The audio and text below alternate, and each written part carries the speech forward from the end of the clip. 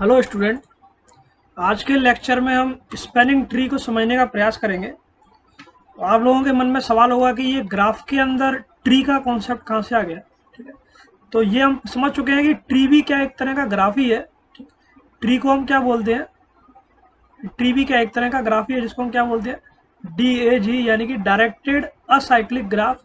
ठीक, तो ट्री और ग्राफ के अंदर हम डिफरेंस समझ चुके हैं कि जैसे कि मान लीजिए एक ट्री है, जैसे कि हम बनाते हैं ABCDE।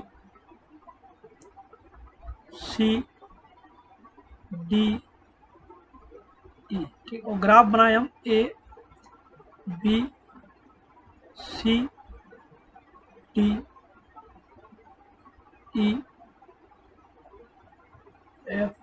यहाँ भी मैं एक F बना देते हैं इस तरह से।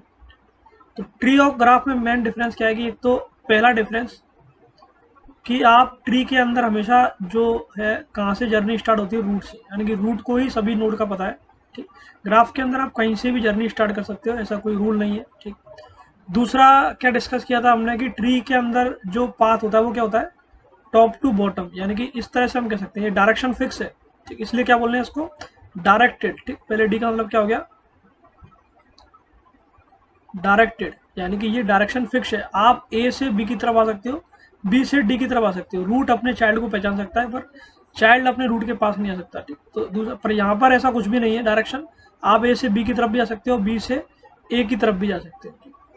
तीसरा डिफरेंस क्या था कि ये लेवल बाई लेवल बनता है, जैसे ए है, बी और सी एक लेवल पे होंगे, पर यहाँ कोई ऐसा लेवल नहीं। देखिए ए बी दूसरे लेवल पे सी, क्योंकि यहाँ पर पेरेंट और चाइल्ड का कोई कॉन्सेप्ट ही नहीं है। यहाँ पर जो ट्री के अंदर था वो क्या था, पेरेंट और चाइल्ड का कॉन्सेप्ट था। तो एक पेरेंट के सभी चाइल्ड एक ही लेवल पे होने चाहिए, फिर बी के सभी चाइल्ड और सी के सभी चाइल्ड एक ही, पर यहाँ पर ऐसा कोई पेरेंट और चाइल्ड का कॉन्सेप्ट ही नहीं है। ठीक, तो यहाँ पर तो फ्लो क्या है, पेरेंट टू चाइल्ड, पर यहाँ कोई पेरेंट चाइल्ड नहीं है, इसलिए फ्लो क्या है, दोनों साइड आप यहाँ पर फ्लो कर सकते हो। तो ये तीसरा डिफरेंस हो गया।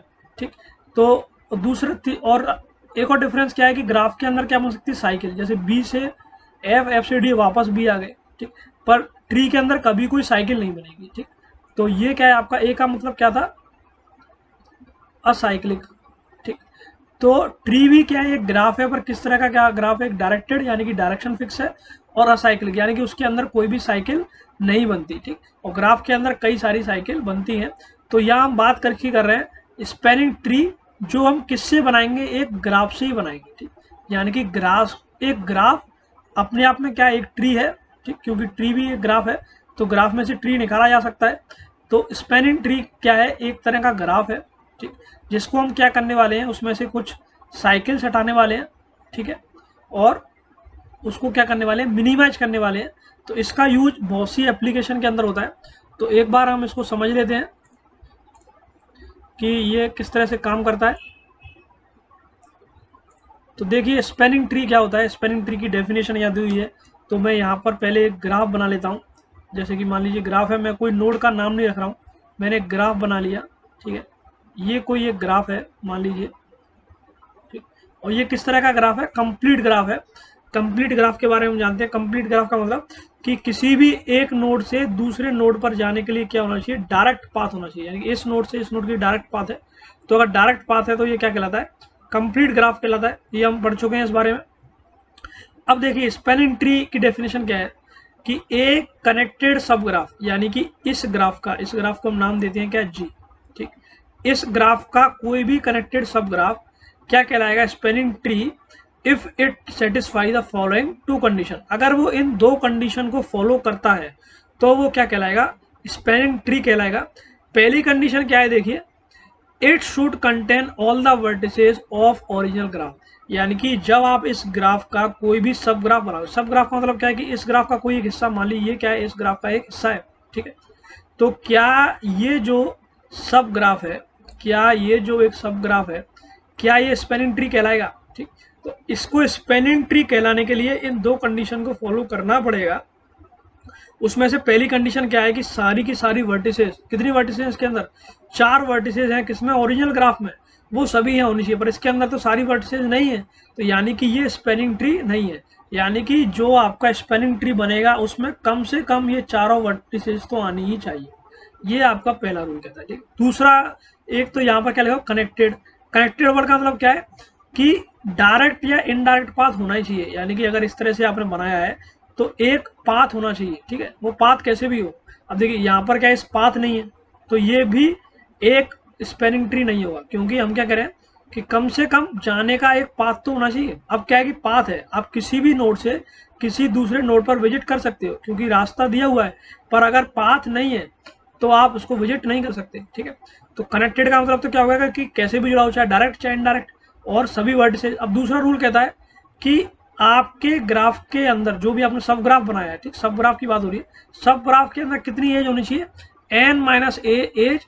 कब n-1, जब वर्टेक्स कितनी है n, यानी कि अगर आपका ये ग्राफ के अंदर कितनी एज है, टोटल 4 है, ठीक, टोटल 4 कितनी है वर्टिसेस है, ठीक, तो एजेस कितनी होनी चाहिए n-1, यानी कि 3, यानी कि आपके एज में, आपके जो सब ग्राफ में कितनी एज होनी चाहिए, 3 एज होनी चाहिए, यानी कि वर्टिसेस कितनी होनी चाहिए 4, सारी की सारी एज कितनी होनी चाहिए 3, और किस तरह से कि ग्राफ क्या बने आपका कनेक्टेड बने। तो कैसे लगा सकते हैं हम, ऐसे बना सकते हैं, ठीक।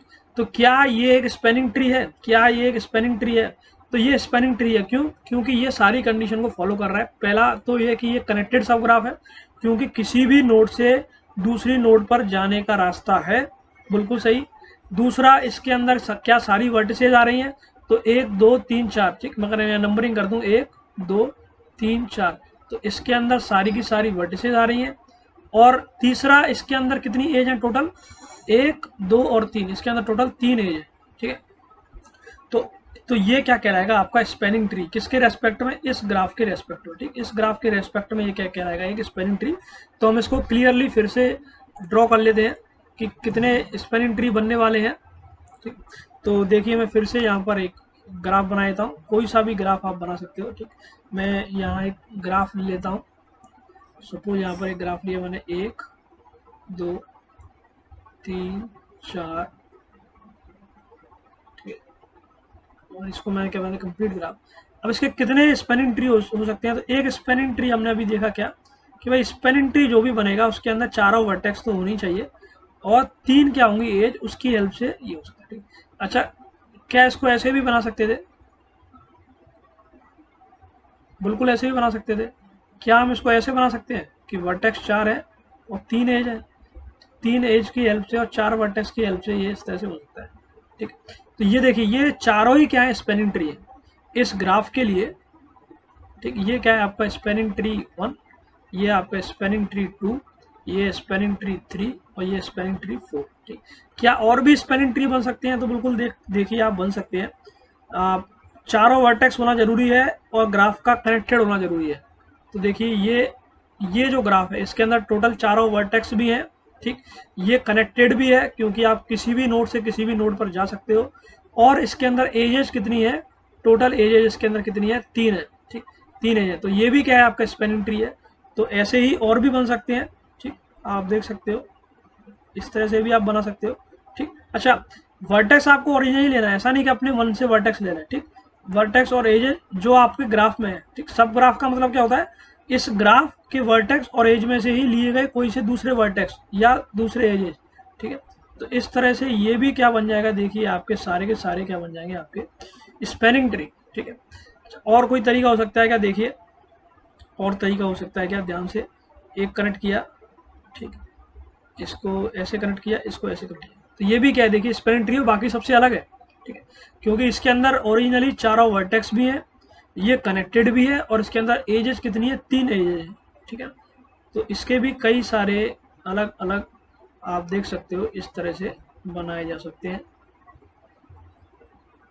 और ट्राई कीजिए, और कुछ इसके अंदर मिल सकता है क्या, ठीक है। ये तो हम ऑलरेडी बना चुके हैं, ये आपका हो गया इस तरह से, ठीक, इसको छोड़ दीजिए। तो ये इस तरह से भी बन सकता है, ठीक है। अब और कुछ देखिए, और कुछ बन रहा है क्या, एक इस शेप के भी बन सकते हैं, जेड शेप के, ठीक है।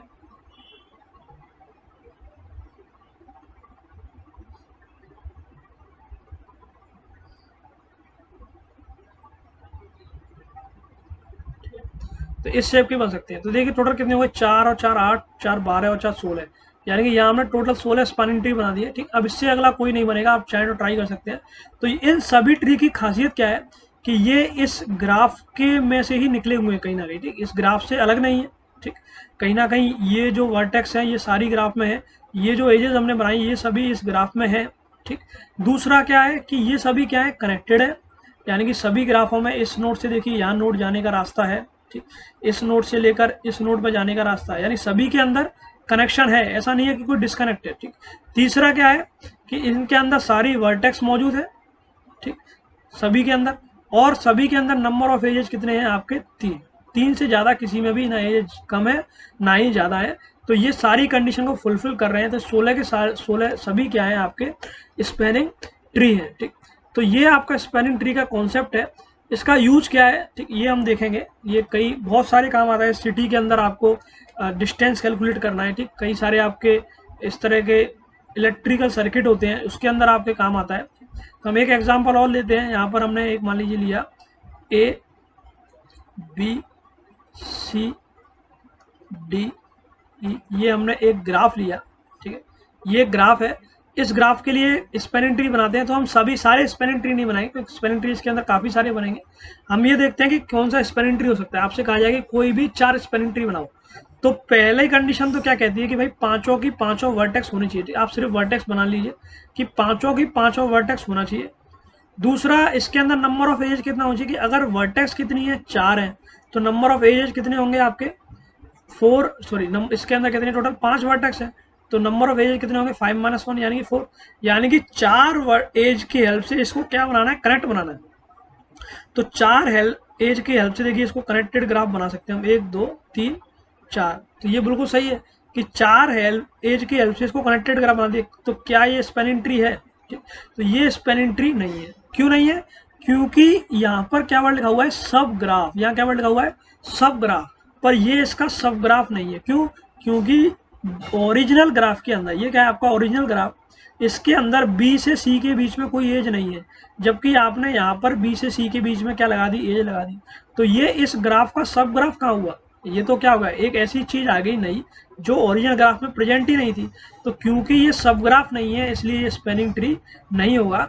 तो और स्पैनिंग ट्री की हम ट्राई करते हैं, 1 2 3 4 5।